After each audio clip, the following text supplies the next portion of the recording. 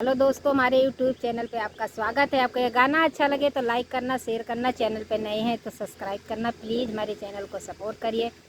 जनकपुरी राजा जनक भवनवा, जनकपुरी राजा जनक भवनवा, आए दोनों भैया लेने गवनवा, आए दोनों भैया लेने गवनवा।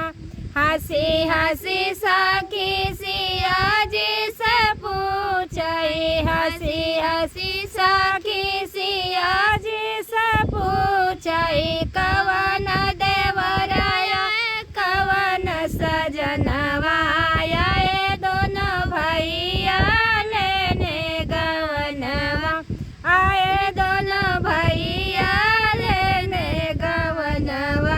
हंसी हंसी सिया जी सखी से बतावई, हंसी हंसी सिया जी सखी से बतावई, और देवराया ये सवाल सजनवा, आए दोनों भैया लेने गवनवा, आए दोनों भैया लेने गवनवा।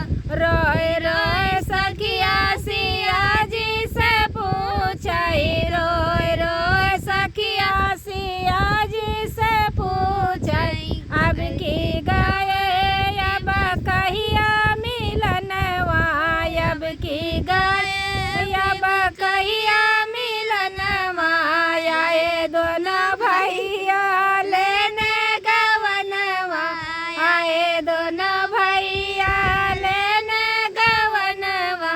रोए रोए सिया जी सखी से बतावई, रोए रोए सिया जी सखी से बतावई, अब की गाये फिर मिलन सपनवा, आए दोनों भैया लेने गवनवा, अब की गाये फिर मिलन सपनवा, आए दोनों भैया लेने गवनवा, आए दोनों भैया